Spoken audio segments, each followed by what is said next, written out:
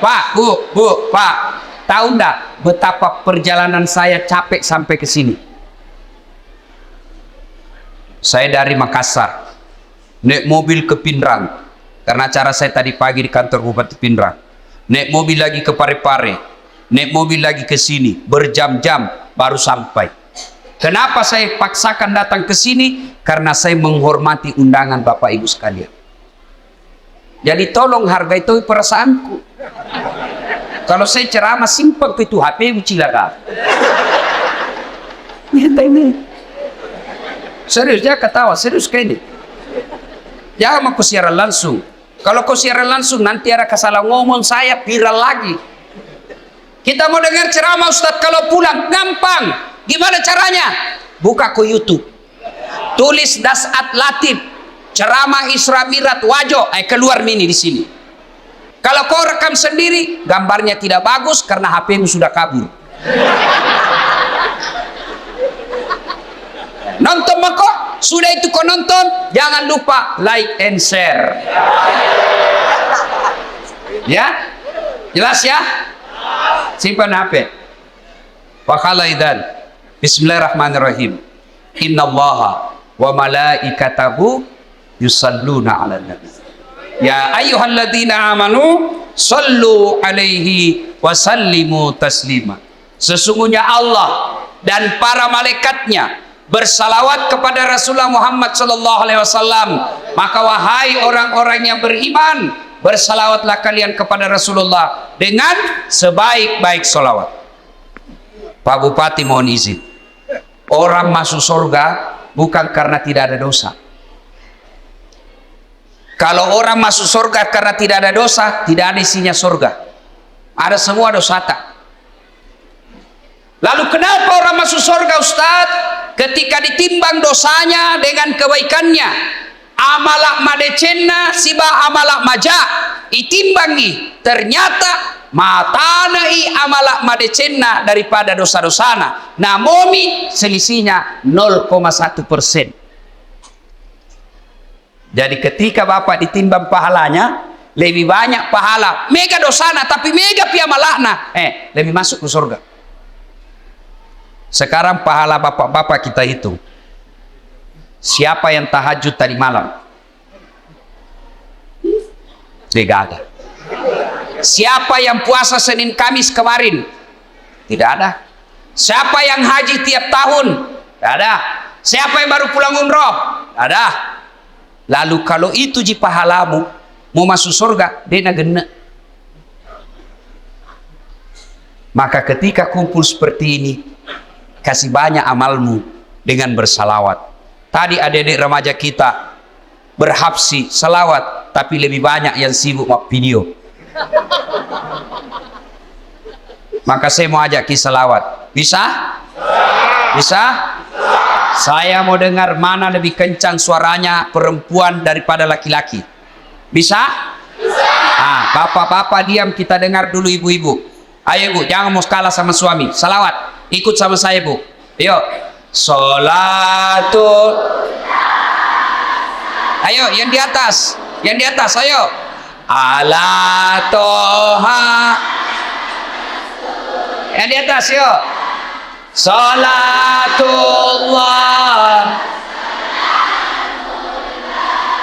ala yasin. Nilainya 7,9. Nah, ibu-ibu diam. Sekarang bapak-bapak. Ayo Pak, ajak tanpa kasih Riki. Ayo, kasih keluar suaranya Pak. Yuk.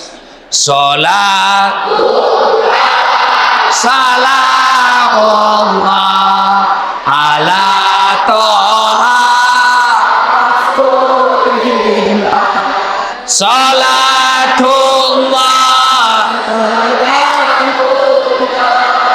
ala yasin. Asal nilainya 10,5. Mau ku sayuri.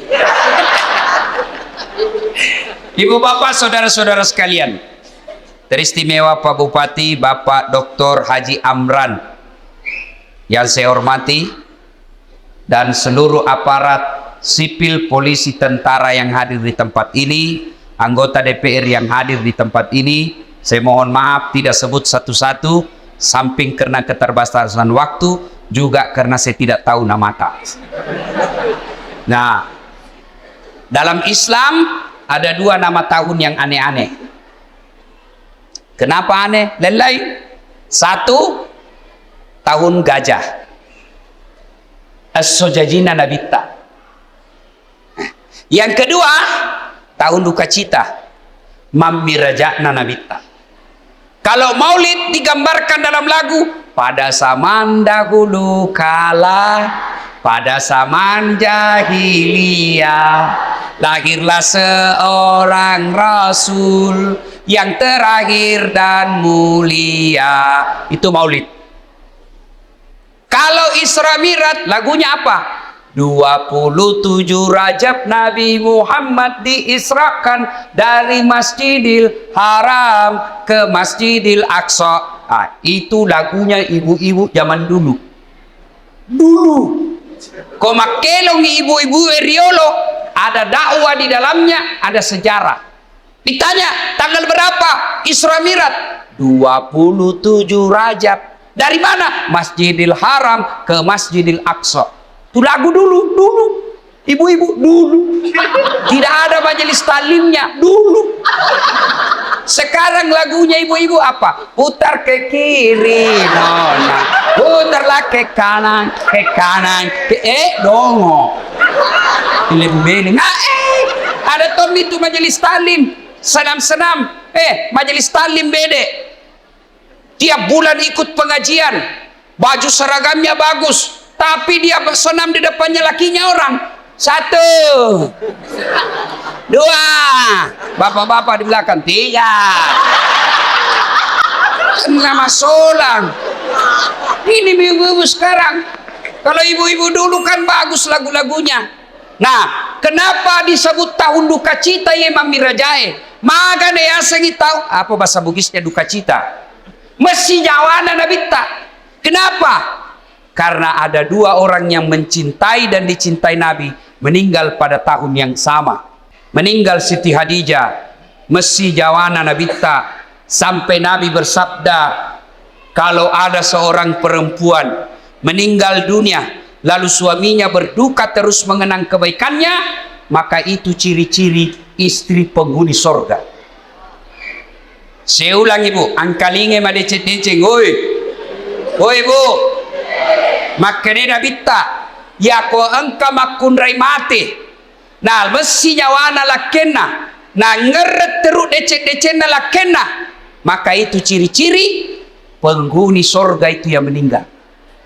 Jadi kalau ibu-ibu lebih dulu meninggal, Nabilan suami tahu, kenapa cepat sekali meninggalin istriku? Meskipun dia bau muluna, tapi ku sayangi. Rasanya tidak bisa hidup ini tanpa istri saya. Baik sekali sifatnya Ustaz. Calon penghuni surga itu. Tapi kalau sebaliknya, begitu ibu meninggal, suami masuk kantor berteriak, "Merdeka!"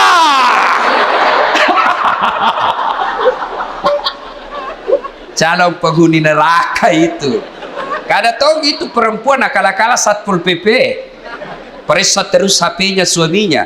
Bagaimana ndak turun kena COVID suamimu?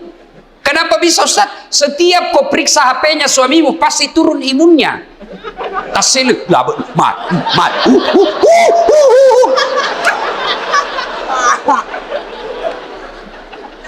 Hei.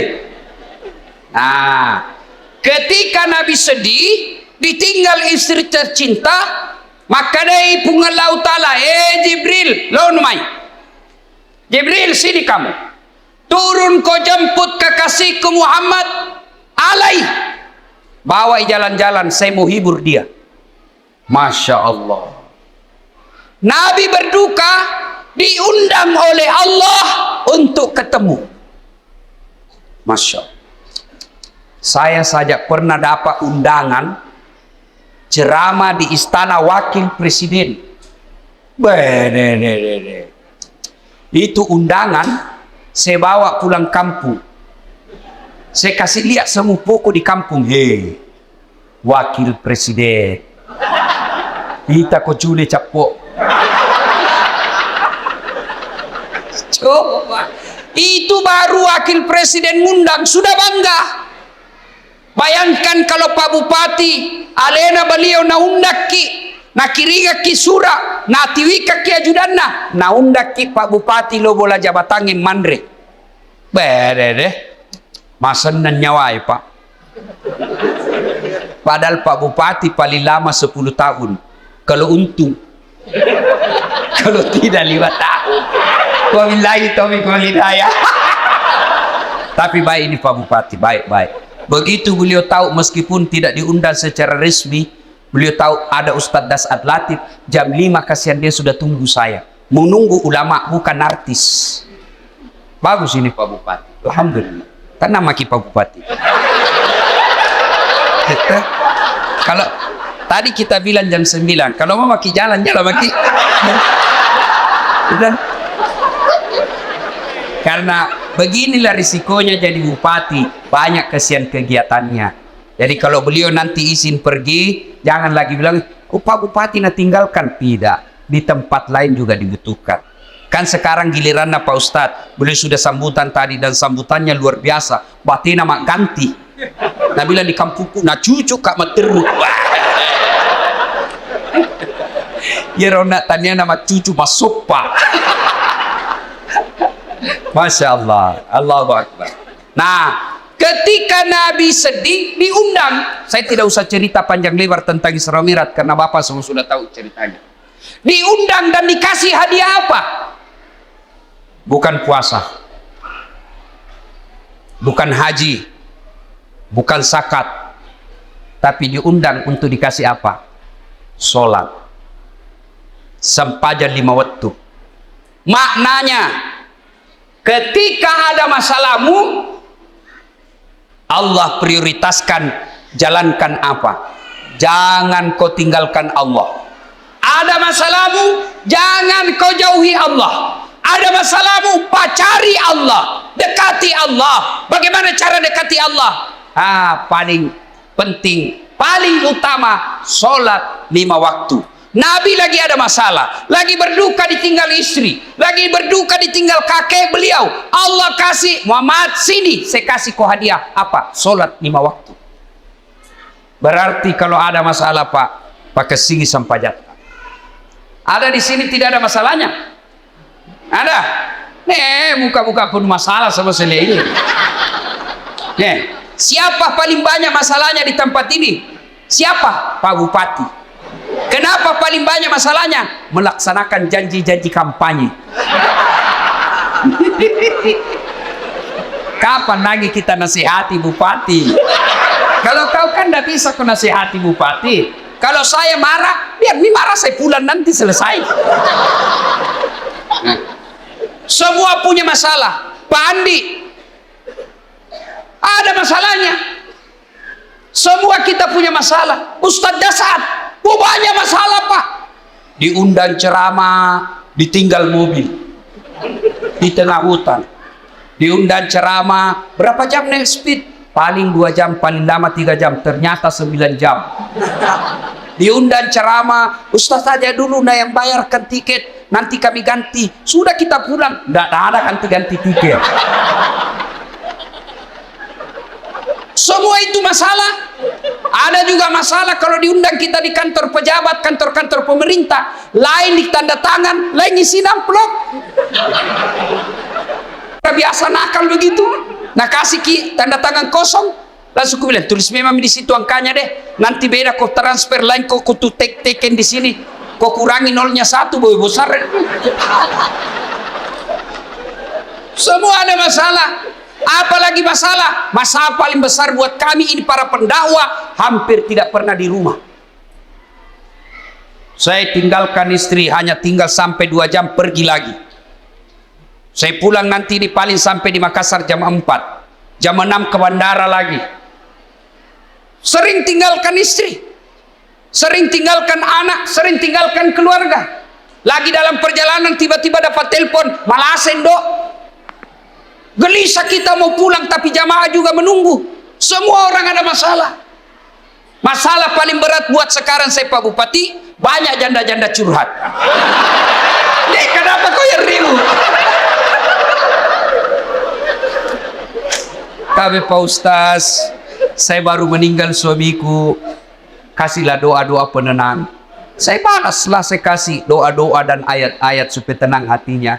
Lama-lama dia bilang, Ustaz, maukah Ustaz menjadi imam dalam hidup? Saya bilang, mohon maaf ibu, saya bukan imam, saya penceramah. Salatullah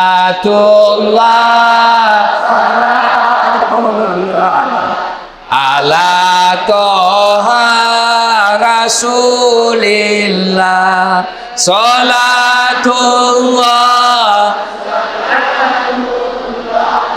ala yasin. Solat. Kenapa penting solat? Satu, solat adalah rukun Islam. Artinya apa? Tanda keislaman kita, ngaku Islam atau tidak, solat adalah penentunya. Bahkan makanya Nabi batas antara kekafiran dan keislamanmu adalah solat. Ketika kau tidak solat, kapereko. Kodema sampaja makanya Nabi kapereko. Kafir itu bukan sekedar keluar dari Islam. Kafir itu bukan sekadar tidak percaya kepada la ilaha illallah Muhammad Rasulullah. Biar kau ucapkan syahadat, kau yakin tentang dua kalimat syahadat, tapi kau tidak sholat, kata Nabi, kau kafir. Tuh.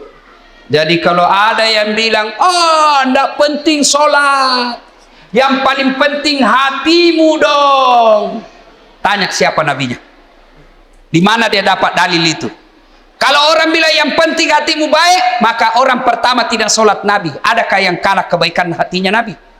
Tapi Nabi baik akhlaknya, bagus hatinya, beliau tetap sujud beribadah kepada Allah. Jadi penting sholat. Kenapa penting? Karena dia adalah tanda keislamanmu. Dua, kenapa penting sholat? Karena sholat adalah puncak penghambaan kepada Allah. Artinya apa? Bapak haji masih boleh ada kegiatan lain. Pergi haji sambil dagang boleh. Pergi haji lagi tawaf nyanyi boleh. Tawaf sambil nyanyi, labbaik Allahumma labbaik, labbaik Allah, boleh. Puasa sambil dagang boleh. Menjelang buka puasa kau jual jalan kote boleh, sah puasamu. Bahkan kau sambil nyanyi nunggu buka puasa boleh. Insaflah wahai manusia, bila dirimu bernoda, boleh, sah puasamu. Bayar zakat sambil nyanyi boleh. Tabe pu imam sakaku sah. Tapi sholat boleh ndak? Sholat Allahu Akbar, berapa harganya telurmu? Tunggu dulu, 450 itu nggak bisa. Boleh ndak kau sholat sambil menyanyi Allahu Akbar, begadang jangan begadang, beling-beling. Nah, kenapa penting sholat? Karena sholat adalah puncak penghambaanmu kepada Allah. Maknanya apa? Bapak tidak puasa, tetap Islam. Bapak tidak haji, tetap Islam. Bapak tidak bayar zakat, tetap Islam. Tapi ketika kita tidak sholat, buka Al-Quran surah Al-Fat 29. Muhammad Rasulullah walladzina ma'ahu asidda walal kuffar ruhama'u bainahum tarahum rukka'an sujada yabtaguna fadlan minallahi wa ridwana simahum fi wujuhihim min asari sujud. Tanda umat Muhammad itu rukka'an sujada, kamu lihat mereka rukuk dan sujud. Maka Bapak Ibu, selesai Isra Mi'raj, perbaiki sholat. Ustadz, kenapa ini anakku nakal? Lihat sholatnya. Kenapa ini istriku tidak mau nurut? Lihat sholatnya. Kenapa ini bisnisku gagal terus? Lihat sholatnya. Tidak mungkin Allah sengsarakan hidupnya orang yang baik sholatnya. Tidak mungkin. KPK saja tidak mungkin tangkap orang hanya karena dia sholat. Ditangkap KPK pada saat latih. Kenapa? Karena dia rajin sholat 5 waktu. Tidak. Apalagi Allah. Maka saudaraku, ketika ada masalahmu, kenapa saya daftar dan lulus pegawai negeri? Perbaiki sholatmu. Kenapa saya sudah sekian tahun tidak diangkat-angkat kepala dinas? Perbaiki sholatmu. Pun kalau ada kau mau dan Allah tidak kasih, kau berarti apa yang kau minta tidak baik. Pak kesini bangsa pajamu bos. Ada yang sakit di sini, asam urat, sudah dokter kemana-mana tidak sembuh-sembuh. Memang bukan dokter kasih sembuh kamu. Siapa yang sembuhkan penyakit kita? Allah Subhanahu wa Ta'ala. Kalau dokter yang kasih sembuh manusia, mestinya tidak ada dokter yang sakit. Tapi buktinya, berapa banyak juga dokter yang sakit, bahkan tidak bisa obati dirinya sendiri. Makanya bapak-bapak, pakai sini sampai jatah. Saya kasih ke contoh, ini urusan dunia kecil. Ini Pak Bupati, beliau punya ajudan. Iya beliau, kona obi ajudan na, ajudan. Iya ajudannya, namo mati lu tak pelupa. Biar itu ada jalan kote.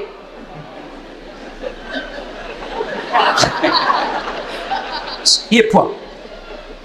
Kira-kira ada ajudan dipanggil, ajudan. Tunggu dulu Pak. Ipaleteko. Coba, bagaimana hidup tidak susah? Ya, Bapak berdoa, ya Allah, perbaiki ekonomi. Ya Allah, sembuhkan penyakitku. Ya Allah, bahagiakan kami. Allah dengar itu doamu. Nang kali mana puangnya? Maka dani puangnya, hayya alal falah. Lono mai. Lono mai, walekko irum sapai, walekko irum lau. Lono mai. Itu artinya hayya alal falah. Meko. Walekko. Tapi kalau Allah ya alal falah, apa kita bilang? Tunggu, engkau pangeli. Maka dia puang urus ini pada pangelimu. Maka ibu bapak, saudara-saudara sekalian, perbaiki sholat. Kalau sholat baik, kecil buat Allah kasih kalian apa yang. Saya sudah sholat Ustaz, jangan cukup sampai di situ. Mari, sholat jamaah. Alhamdulillah, masjid kita cantik. Saya terpersona. Sholatullah. Ayo keras. Ala toha. Ayo keras. Sholatullah. Salamullah. Habibillah. Ibu bapak saudara-saudara sekalian. Nah, agatosi ro bahayana kodeta mas sampajan.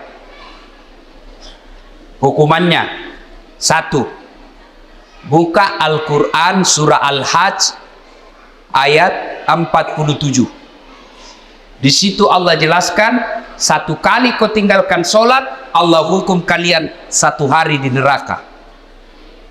Berapa yang disebut 1 hari di neraka? 1000 tahun dunia. Jadi kode mas sampaja subuh nak bos, sieso ko itu no ko neraka. Siagi asa sieso si 10 tahun lino. Jadi kalau 5 kali tidak sholat 1 hari semalam, 5000 tahun kalian dibakar api neraka. 5000. Ada di sini 150 tahun umurnya. Ada 80 saja paling gagah mau kok. Malidu no. Pembantumu kau kira istri. Iya. Ayo. Hati-hati. Pikirkan bagi mereka yang malas sholat. Nabi bersabda, as-salatu miftahul khair, as-salatu imanuddin, as-salatu miftahul jannah. Sholat itu kunci kebaikan. Sholat itu kuncinya surga. Sholat itu tiang agama. Tidak ada sholat, tidak ada tiang agamamu. Tidak ada sholat, tidak ada kunci surgamu. Tidak ada sholat, tidak ada kunci kebaikanmu. Maka begitu kalian tidak sholat, Allah perlihatkan semua pahalamu. Das'ad, ini puasa Ramadanmu, 40 tahun kau puasa. Ini hajimu 2 kali kau haji. Ini umrahmu 4 kali umroh. Ini kau punya sedekah, ini kau bangun masjid, ini silaturahmimu, ini papa bukamu, banyak amalmu. Kegi goncina. Apa kuncinya? Solat 5 waktu. Tidak ada. Allah berfirman, semua amalnya dihapus. Hati-hati kalau bapak tidak solat, gagal gunana. Pertama kali bapak diperiksa ketika sudah masuk di kubur, bukan haji, bukan sedekah, bukan zakat. Pertama kali diperiksa di akhir di kubur nanti solatnya. Maka dia Nabi ya kau makasih sampai jannah amala madecena di parisamanan nih. Kode nama kasih sampai jannah amalana langsung hapus, tidak ada gunanya. Hati-hati. Itulah sebabnya ketika orang mau solat, malaikat berusaha menggagalkan karena solat adalah kunci dari semua kebaikan. Alhamdulillah. Bapak-bapak yang sudah rajin sholat, alhamdulillah.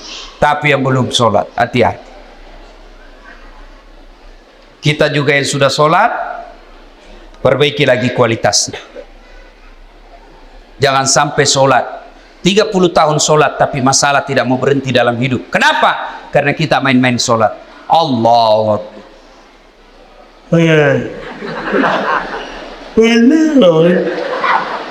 ya kena buti ihdinas sirat. Ada orang sholat kayak ndak semangat.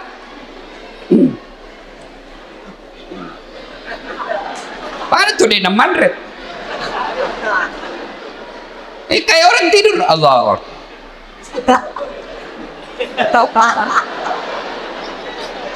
Itu ketemu Allah begitu. Ada juga yang terlalu semangat. Allahu Akbar. Biga fagur kuma sampahnya makeju cilaka. Kau ketawa karena kau bayangkan dirimu sendiri. Oh, sholat kayak ditiup angin. Ada juga sholat standar samping. Pada cengi bos. Ada juga sholat kul-kul. Komas sampahnya lagi. Kul-kul bila baca. Malas itu apa tuh? Allah. Saya tanya ini, kenapa kau itu cepat sekali sholat? Tidak sampai 3 menit. Apa Nabi bilang? Ku hafal mi ustaz. Sudah lebih 10 tahun jadi ku hafal. Kalau soal hafal sholat, bilang kau saja Allahu Akbar. Tuhan bacaannya sama di kemarin. Assalamualaikum warahmatullahi wabarakatuh. Ayo, tidak ada gunanya Isra Mi'raj begini kalau bapak belum memperbaiki sholat. Saya yakin saudara-saudaraku orang Wajo bagus agamanya, rajin sholatnya, tapi mari perbaiki kualitas sholat kita. Baju jangan itu juga dipakai menjudi, itu dipakai mencuci, itu dipakai memasak, itu dipakai ke sawah, itu juga pakai tidur, itu dipakai ke toilet, pakai lagi sholat. Salah, tapi tidak, bukan salah, tapi membuktikan bapak tidak serius menghadap kepada Allah. Usaha kalau utama kita sempajak selayar wajutta khusus ketemu dengan Allah.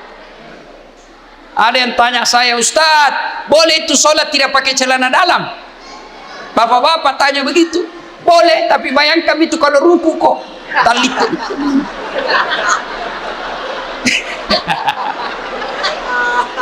Ya ketawa ini ibu-ibu, ini urusan laki-laki. Ya. Mudah-mudahan selesai sholat, selesai Isra Mi'raj ini, mari perhatikan kualitas sholat kita. Yang kedua, selesai Isra Mi'raj ini jangan puas hanya dengan sholat 5 waktu. Baik sholat 5 waktunya, bagus sholat-sholat sunnahnya, baik tata cara pelaksanaan sholatnya. Jangan puas sampai di situ. Ayo hidupkan sholat jamaah. Alhamdulillah. Saya kemana-mana di Singkang ini Pak, di Wajo ini alhamdulillah selalu ramai masjid. Apalagi kalau subuh penuh Pak, sampai di luar, tidak ada di dalam. Yang ada di dalam orang tua yang sudah pensiun, yang muka-muka sakaratil maut seperti ini.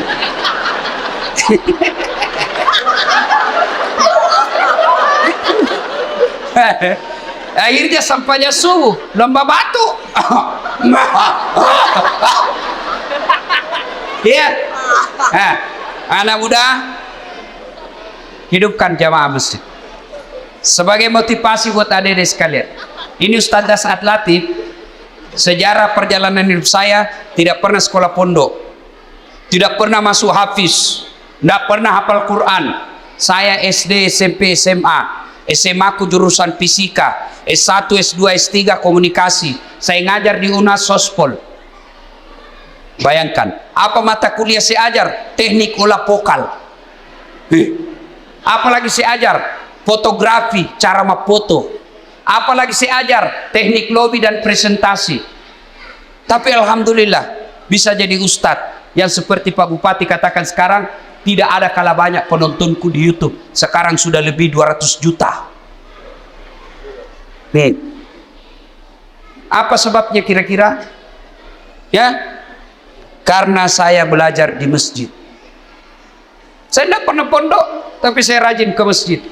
Maka adik-adik sekalian, kalian yang masih nuntut ilmu, kalian yang masih mau mencari masa depan, membina masa depanmu, ayo hidup kau di masjid. Kalau kau urusi masjid, insya Allah Allah yang urus hidupmu. Kecil buat Allah kasih kau pegawai negeri, kecil buat Allah kasih kau rumah, kecil buat Allah kasih kau mobil. Dekati Allah, datang kau di masjid, sholat kau di masjid. Pernah ke penjara? Pernah? Lihat-lihat itu film-film di penjara. Susahnya itu masuk penjara. Itu penjara di Gunung Sari, Makassar. Baru Datsuki. Ada pengamannya situ, polisi sama satpol, security. Pintunya dijaga polisi. Masuk baru 5 meter jalan, pintu lagi, pagarnya besi baja. Jalan lagi 10 meter, pintu lagi besi baja lagi. 5 pintunya besi, baru bisa masuk ketemu penjara. Tapi meskipun susah begitu masuk penjara, banyaknya penghuninya di dalam. Penuh pol. Masjid tidak ada penjaganya. Buka 24 jam. Tapi kenapa masjid sepi? Itulah sebabnya adik-adik, kalau ada yang bilang susah masuk surga, salah kondi. Masuk sata masuk surga Ustaz, salah kok. Ya roh masuk saya mata neraka. Susah masuk surga, tidak, yang susah masuk neraka. Kenapa bisa Ustaz? Judi, bayar atau gratis? Bayar. Narkoba, bayar atau gratis? Bayar. Berzina, bayar atau tidak? Bayar. Korupsi, ditangkap polisi. Semua itu pintu masuk neraka, dibayar Pak. Berjamaah, gratis. Puasa, gratis. Ngaji gratis, pengajian gratis, zikir gratis, naik haji kalau mampu Pak kok. Dan itu semua mengantar kalian masuk ke dalam surga. Maka adik-adik sekalian, Bapak Ibu, ayo hidupkan sholat jamaah. Biasanya orang malas sholat jamaah kalau masjidnya tidak cantik. Penceramahnya juga kadangkala neraka saja terus cerita. Mulai salam pertama sampai terakhir neraka saja dicerita. Kau dibanting, dilipat, ditusuk pantatmu, dikunting. Dia bilang anak udah jauh kubisik, bikin takut-takut. Ayo, maka alhamdulillah ada keluarga kita, handai tolan kita, si Jita, si Kampota bangun masjid yang cantik ini. Masya Allah. Pak, kalau Bapak bangun masjid, datang aja ke masjid itu sudah dilindungi. Di Padang Masar masuk 7 golongan dilindungi. Apalagi kalau Bapak bangun masjid. Kalau Bapak belum bisa bangun masjid, cara makmurkan masjid, datanglah sholat berjamaah di masjid. Ibu bapak saudara-saudara sekalian, banyak yang mau disampaikan, tapi waktu yang terbatas. Insya Allah lain waktu dan kesempatan kita akan lanjutkan. Hikmah terpenting dari Isra Mi'raj ini sholat. Dek gaga gunana poleki Imam Miraja tiap tahun, selalu dengar ceramah, tapi sholat tak belum bagus, tidak ada gunanya. pun. Kalau kita sudah sholat, mari tingkatkan kualitasnya, perbaiki rukun-rukun dan syarat-syaratnya. Kalaupun sudah lengkap semua rukun dan syaratnya, jangan puas sampai di situ, mari lengkapi dengan datang sholat berjamaah di masjid. Bapak Ibu saudara-saudara sekalian, inilah tausiah kita pada taklim kita kali ini. Mudah-mudahan ada manfaat.